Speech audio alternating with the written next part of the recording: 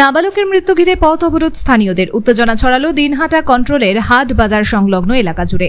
জানা যায়, গত শুক্রবার চৌধুরীহাট গ্রাম পঞ্চায়েতের খিতাবের কুঠি এলাকায় এক মর্মান্তিক দুর্ঘটনায় মৃত্যু হয় প্রদীপ বর্মন নামে এক নাবালক বাইক আরোহীর।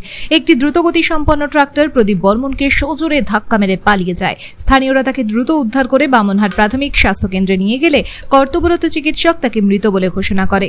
শোকের ছায়া নেমে আসে এলাকা জুড়ে। ওই ঘটনার প্রতিবাদে শনিবার স্থানীয় মানুষজন কন্ট্রোলের হাটবাজারের কাছে পথ অবরোধ করে এবং পুলিশের গাড়ি ঘিরে বিক্ষোভে ফেটে পড়ে। স্থানীয়দের দাবি, এটা কোনো নিছক দুর্ঘটনা নয়, এর পিছনে অন্য কিছু থাকতে পারে।